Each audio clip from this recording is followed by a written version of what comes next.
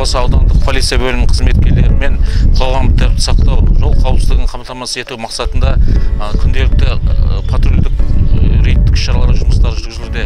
Жүргізілген қарқынды жұмыстардың нәтижесінде ағымдағы жылдың басынан бүгінгі таңға дейін 28 автокөлікті мас күйінде басқарған үшін фактілер анықталып, әкімшілік құқық бұзушылық кодексінің 608 бабына сәйкес әкімшілік хаттама толтырылып, сотқа жолдануда. Сотқа жолданған әкімшілік істердің азаматтардың барлығы 15 тәуліктен әкімшілік қамауға алынып, 7 жылға дейін жүргізуші куәлігін басқару құқығынан айырылған фактілер орын алуда.